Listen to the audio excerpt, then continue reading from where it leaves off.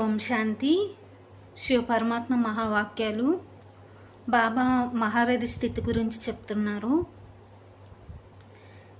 జ్ఞానదానంతో పాటు దివ్య గుణాలు కూడా ఇతరులలో నింపాలి.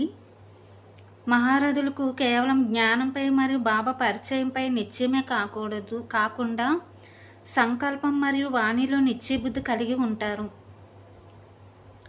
వారి నోటి నుండి ధైర్యహీనమైన మాటలు రావు. వారినే మహారథి అని అంటారు. మహారథిగా కావటానికి 2 విషయాలు స్మృతిలో ఉంచుకోవాలి. సదా తోడు నడిపించే ఆత్మస్థితి శివ బాబాను తోడుగా చేసుకుంటే మాయ దూరం నుంచే మూర్ఛితం అయిపోతుంది. మహారథులు పరివర్తన అవటంలో సమయం పడితే అంతిమ పరివర్తనకు కూడా సమయం పడుతుంది.